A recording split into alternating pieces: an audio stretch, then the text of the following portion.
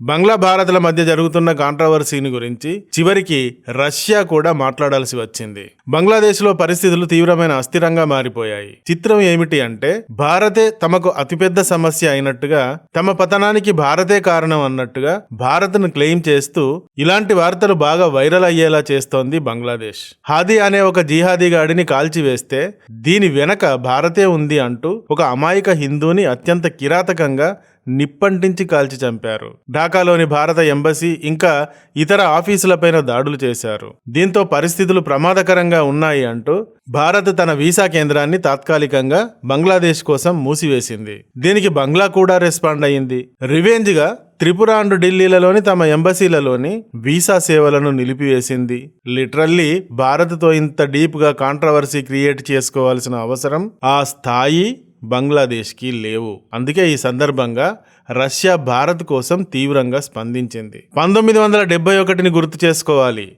అని చెప్పింది. బంగ్లాదేశ్ ఎవరి వల్ల అక్కడ ఒక దేశంగా సృష్టించబడిందో, ఎవరి సాయంతో ఇప్పటిదాకా కొనసాగిందో ఆ సృష్టికర్తనే ఈరోజు శత్రువును చేసి ఆ దేశాన్నే ముక్కలు చేస్తాను అంటోంది బంగ్లాదేశ్.